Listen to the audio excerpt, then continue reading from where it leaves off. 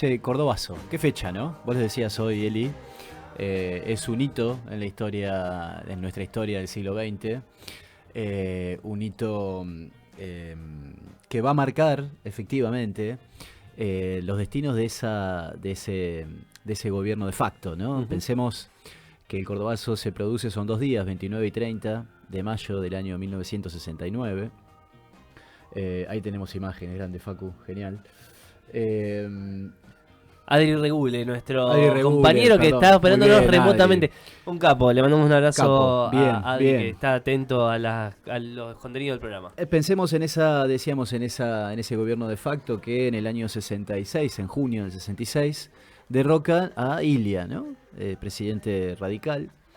Eh, ¿Cómo venía Ilia? Digamos, ¿no? ¿Qué pasaba? Yo no puedo evitar hacer un antes de ese gobierno de facto. ¿Qué pasaba? ¿Cómo era ese gobierno de Ilia? ¿Por qué llega ese derrocamiento de Ilia?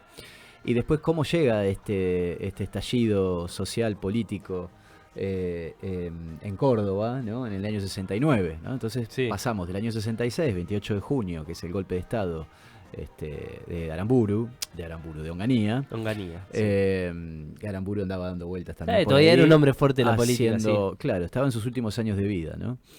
En el año 66, le quedaban 4. Por eso es Bien, otra historia. esto Después es otra te historia que la vamos a algún. comentar Sí. ahora porque efectivamente también, digamos, ¿no? La muerte de Aramburu es parte de este proceso Ujú. que implica también el Cordobazo. Pero bueno, ¿qué pasaba con Ilia? Ilia fue un gobierno sumamente atacado, ¿no? Por los medios de comunicación. Acuérdense de la revista, no sé si acuérdense, pero pueden buscar la revista Primera Plana, Ujú. esta imagen de la tortuga, ¿no? Era el apodo que terminaban poniéndole, que era un gobierno de una gestión muy lenta, que no tomaba decisiones, ¿no? Hicieron todo un personaje de Arturo Ilia que fue desgastando su imagen. Pero ¿por qué Yo se produjo te podría ese agregar ahí desgaste? Dale. eh, un, creo que un detalle no menor. Quizá capaz que seguramente lo ibas a comentar, pero ¿por qué también esta falta de peso por ahí de Ilia, entre otras cosas? Y era porque una parte importante de la política estaba proscripta, del que es el peronismo. No solo eso, sino que el radicalismo estaba dividido. O sea, en realidad el gobierno de Ilia era un gobierno sumamente complejo, ¿no? Ujú. Veníamos de un gobierno de facto, ¿sí? Veníamos de la caída de Perón, de gobierno de facto, de Frondizi, otro golpe más, ¿no? Con Ujú. Guido, al gobierno. Ilia llega con el Partido Radical Ujú. dividido.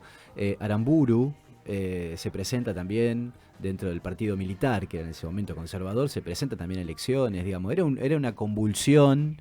Sí. El momento político y social, que no era un momento sencillo, digamos, del país, ¿no?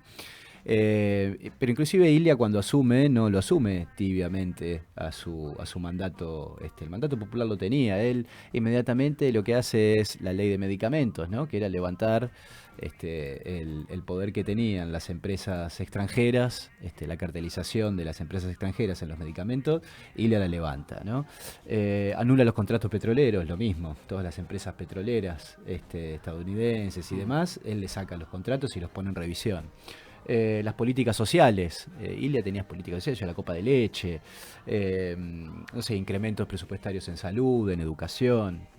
Bueno, todo eso en realidad lo que hace es provocar en los sectores más reaccionarios, más conservadores, el desgaste de su imagen porque no respondía a los intereses, respondía a intereses populares, Ujú. Ilia de alguna manera, en todo ese momento conflictivo que estamos diciendo del país, pero se volcaba hacia un proceso de industrialización nacional, ¿no? Un proceso nacionalista de producción.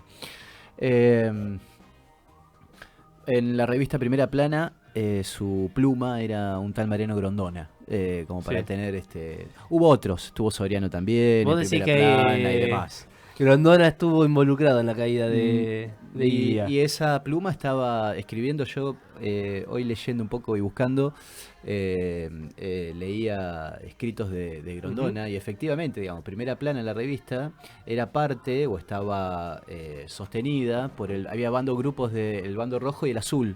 de los militares, ¿sí? Sí. Y el bando azul, que era el bando más conservador, que era el bando de Aramburu, estaba sosteniendo la revista Primera Plana, ¿no? Estaba Y por detrás Onganía, de esa Primera Plana. y Onganía, que hace que también. derroca a Ilia, es del bando azul también. Exactamente. Entonces por ahí venía la mano, digamos, de esta revista Primera Plana, era como el brazo, la pluma ejecutora Sí. de ese desgaste al gobierno y a la gestión de Arturo Illia. Cuando ¿no? mencionás, digo, no inocentemente a Grondona, esto también nos sirve como, a mí me gusta, porque yo tengo, cuento, no te quiero robar mucho tiempo, mi nena más grande, 10 años, y cuando por ahí estudia historia, algunas cuestiones, a mí me gusta hacer siempre referencia a nuestros hechos históricos. Nuestra historia es una historia corta, y los hechos, estos acontecimientos históricos pasaron hace muy poco tiempo. Digo, estamos todavía con la historia muy fresca y hay muchos sobrevivientes todavía de hechos históricos que estudiamos y que recordamos.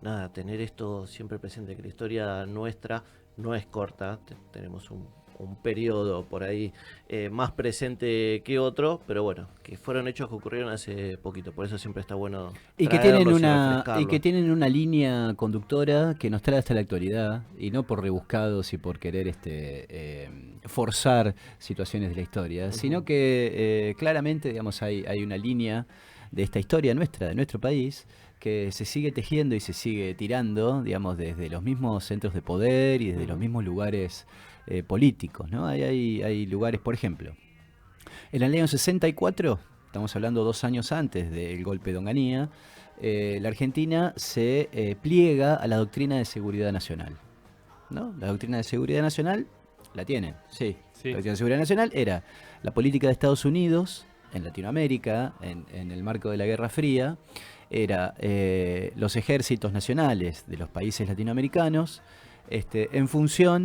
ponerlos en función de el orden interno, ocuparse de las cuestiones internas de los estados, ¿no?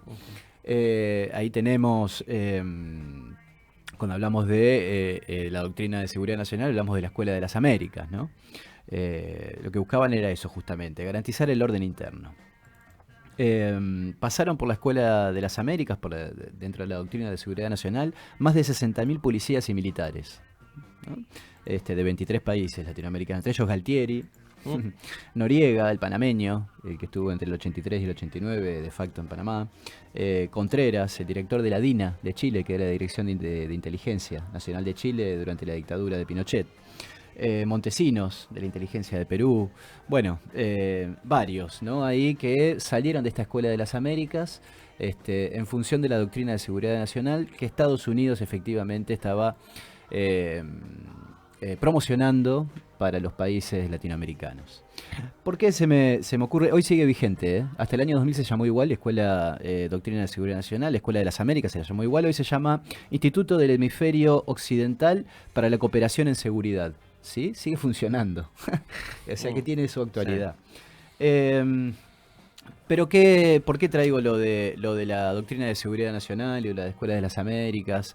Y Onganía, en el año 64, se pliega a la Argentina en esta doctrina, porque cuando es el golpe de Onganía, se produce el golpe de Onganía, derrocamiento de Illia, los grupos concentrados quieren, con Onganía en el poder, un ministro de Economía vinculado a los organismos de crédito internacional, ¿no? Ya sabemos que los organismos de crédito internacional no, por lo general no son benefactores, ¿no? Hay como, ¿no? El FMI.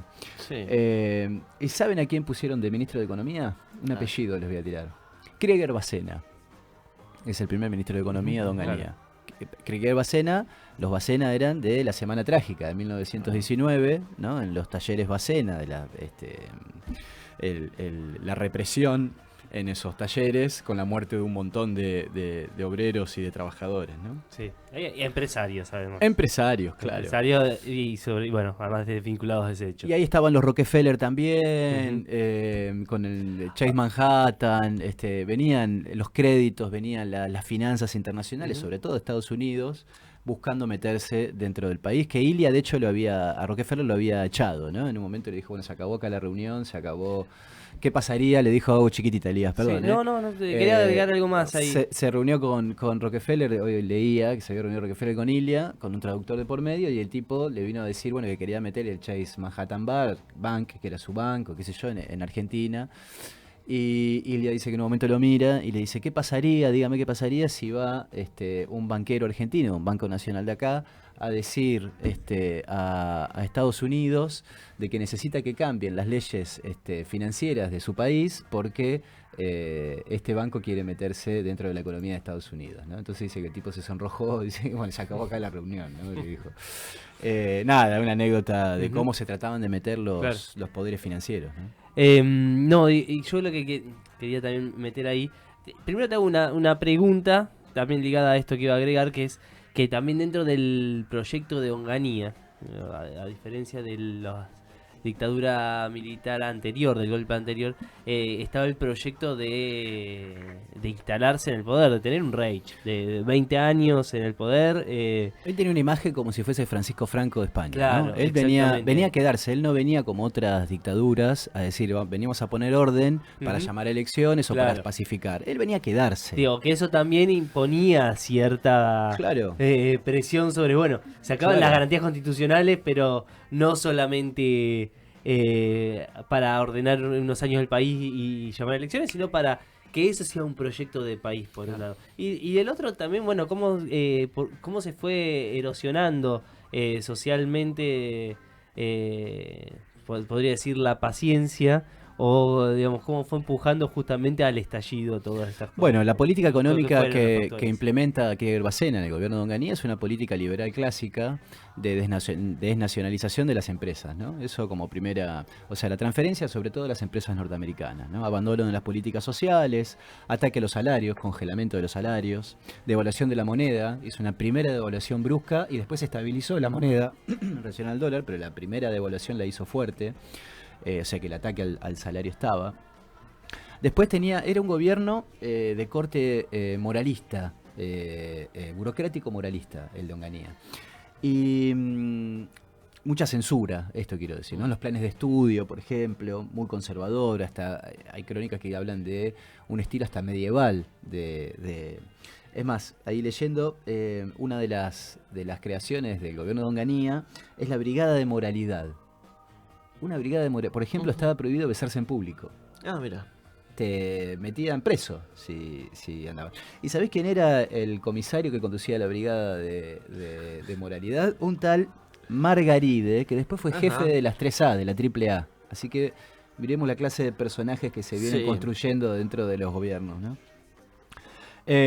Bueno, efectivamente, todo este malestar social, este conflicto económico y demás, digamos, Onganía, vamos a ordenarlo. Onganía, por otro lado, tenía buena relación con los sindicatos más dialoguistas, que hoy parece que está bueno ese, ¿no? Como que identificamos los dialoguistas, ¿no?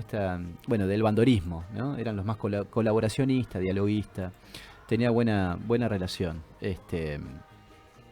Eso no quitó de que el conflicto social estallara y empezara a estallar, ¿no? Huelgas portuarias, en Tucumán el cierre de los ingenios, el cierre de Tafí Viejo. Bueno, empiezan descontentos, movilizaciones y empiezan a aparecer sectores más combativos, sobre todo dentro de dos grupos sociales, digamos. Uno es los obreros, los trabajadores y el otro los estudiantes, ¿no? Empiezan a aparecer como actores predominantes una facción más combativa. En el 68 se divide la CGT en función de esta postura dialoguista, de esta postura de Bandor, ¿no? Se dividen y aparece la CGT de los argentinos con Raimundo Ongaro de los gráficos, ¿no? Que ahí se da la particularidad que es un plenario normalizador de la CGT, donde el bandorismo ve que queda en minoría, se retiran. Y ahí se escribe la proclama del 1 de mayo, le ponen los de la CGTA de los argentinos, de Raimundo Ongaro, que quien escribe la proclama del 1 de mayo, que era toda la reivindicación laboral, derecho del trabajador, y sobre todo una vinculación con la política del Estado, ¿no? Una cuestión que podía mirar más allá de lo laboral. ¿Quién escribe? Rodolfo Walsh está escribiendo ahí la proclama del 1 de mayo de la CGT de los argentinos, ¿no? Bueno, en medio de toda esta convulsión social que se venía dando, pensemos en el 68 contexto, ¿no? Cuba en el 59, ¿no? en nuestro continente, el Mayo francés de 68, y después toda la irrupción de la moda, digamos, de lo cultural, ¿no? Pensemos en el rock, no sé, de la minifalda. Era un momento de mucha ebullición, de mucho auge, mucho esplendor, digamos, de la cultura y de romper con modelos más conservadores, ¿no? Claro. O sea, había una vanguardia ahí emergiendo en el continente y en nuestro país también, ¿no? Hay música, bueno, yo en algún momento por ahí podemos poner, hay música, publicidades, ¿no? Cómo todo empieza a modificarse en función de una cuestión más moderna. Que ahí es donde entra el choque con, yo le decía a Seba Elías esto de que Onganía había creado la Brigada de Moralidad, Sí. ¿no? Que era un gobierno muy conservador, el de Onganía, digamos, plenamente moralista, ¿no? Sí, sí, católico. claro. Una sociedad chata, buscaba que no, de poco movimiento, poco. Claro. Bien, poca estamos generación. Sí. ahí que vamos a meterle entonces. Bien, ¿cómo empieza el Cordobazo? Empieza en Corrientes, se da unos 15 días antes, el 14 de mayo, se da en Corrientes una movida de los estudiantes grande, porque el interventor, acordémonos que la noche de los bastones largos es de Onganía, Ujú. ¿sí? La intervención de las universidades. Bueno, la intervención de la Universidad del Nordeste en realidad, que era la de Corrientes, hace que los estudiantes hagan una huelga, hagan una manifestación, salgan a las calles. Habían cerrado los centros de estudiantes, se habían aumentado el precio de los comedores un 500%. Eso provoca que la policía reprima y muere un estudiante de apellido Cabral. Y eso empieza a despertar la movilización y la efervescencia en las calles, ¿no? Estalla en Corrientes, sigue por Rosario y de Rosario termina en Córdoba. Esa es como la secuencia de estallidos sociales. El Cordobazo lo que tiene de particularidad es que la CGT de los argentinos tenía en la regional de Córdoba una regional muy fuerte, una filial muy fuerte. Córdoba era como la nueva Detroit, le decían la nueva Detroit, estaban todas las empresas automotrices, ¿no? Ica, Renault y demás, o sea, tenía un movimiento obrero muy grande en la circunvalación, en las periferias, los estudiantes también, el 50% o el 50 y pico por ciento, más del 50% eran personas, gente, ciudadanos de menos de 30 años en Córdoba en ese momento, o sea que había una efervescencia de la juventud muy grande. Lo que se da de particular en el Cordobazo es, a diferencia del Mayo francés, que estaba ahí, muy reciente, es que los que predominan, los que organizan el estallido es el sector obrero, al cual se le acopla el sector del estudiantado, ¿no? Que eso fue al revés en el Mayo francés, digamos. El estudiante salió en Francia, en París, y se le acoplan los obreros y los trabajadores. Bueno, acá fue al revés. Podemos nombrar a Agustín Tosco de Luz y Fuerza, ¿no? Figura predominante. Es la figura del Cordobazo. Bueno, está Atilio López también, ¿no? El Pidio Torres. Atilio López después va a ser vicegobernador con Obregón Cano, ya con el regreso de Perón. No lo digo por a ver cómo decirlo, por sacarle mérito al resto de los actores del Cordobazo, pero digo como que quedó la figura icónica vinculada directamente, porque decís Cordobazo, Agustín Tosco, es más, uno se pone a repasar en estos días la cantidad de flyer que había, digo, en 90% está Tosco en esa marcha. Claro. Sí, poniéndose al frente de la marcha. Tosco, con sí. Un solo detalle, dale. Que es una foto esa que va caminando en la marcha, es una foto muy interesante, porque cuando se la amplía aparecen las mujeres al costado. ¿No? Siempre por ahí muy vinculado al hombre, al trabajador metalúrgico, luz y fuerza. Y cuando se amplía están las compañeras, las trabajadoras también participando activamente de esa. Bueno, Tosco fue la voz si se quiere, la voz más predominante de este estallido del Cordobazo. Del primer Cordobazo, después va a haber otro en el 70. Que fue nombrado el Viborazo, porque el interventor dijo hay que cortarle la cabeza a la víbora. Ajá. Ojalá las fuerzas del cielo. No dijo así, pero era algo así. Me dé el poder de cortarle la cabeza a la víbora, dijo. Y los propios manifestantes le pusieron al Viborazo, ¿no? El segundo Cordobazo. Pero este primer Cordobazo duró más de 20 horas, tomadas más de 150 cuadras del centro de Córdoba. Bueno, la policía no pudo en el primer día, tuvo que intervenir el ejército. era un paro activo, ¿no? Con abandono de tareas. Terminan siendo presos, termina apresado Tosco, todos los referentes sindicales terminan presos, más de 100 personas, hay varios muertos. Bueno, y es el comienzo del fin de este gobierno de facto del general Onganía, que como decíamos hoy, Elías, venía para quedarse muchos años, y este golpe que le da el Cordobazo es un golpe certero, es un golpe que le da de manera tal que lo deja tambaleando, ¿no? Porque inclusive, y con esto por ahí si quieren podemos cerrar, pero digamos, estos primeros, decíamos, Corrientes, Rosario, Córdoba, son las primeras manifestaciones. Después tenemos toda la época de los asos, ¿no? Claro. Que tenés en Tucumán, tenés en Salta, en Rawson, en Neuquén, en Mendoza, en Santa Fe. Y un proceso de la mano, un proceso de radicalización también de la juventud, capaz que da para otro blog, otra columna, ¿no? En algún otro momento, que es bueno, justamente la lucha armada. Sí, claro, y pensemos en los curas tercermundistas también, ¿no? Estamos hablando el otro día, cuando hablábamos de Mujica, digamos, claro, ¿no? En el 67, la opción por los pobres es en este momento, se da todo junto, ¿no? Es como hay un combo muy interesante de diferentes sectores de la sociedad que aplican en estas manifestaciones todo el descontento del modelo económico, político y social de esta dictadura que promueve Onganía. Muy bien, ahí el profe Mogiano con un repaso de lo que fue el Cordobazo, justamente en un nuevo aniversario que ocurrió ayer. Una sola cosita, porque yo sé que tiramos algunas cosas acá que se desprenden por ahí de las columnas, de algunas conversaciones que tenemos. Tenemos que traer al piso a un cura villero, podemos hablar, tenemos al cura Carlos de la Estela Maris de Ensenada. Escúchame, vos la semana pasada pediste un sociólogo en el piso. No me digas que me lo conseguiste. Y acá tenemos uno, así que yo no sé, algo puede que haga, podemos ver qué onda. Acabas de compensar el termo que me rompiste. Ya tenemos al invitado acá dando vueltas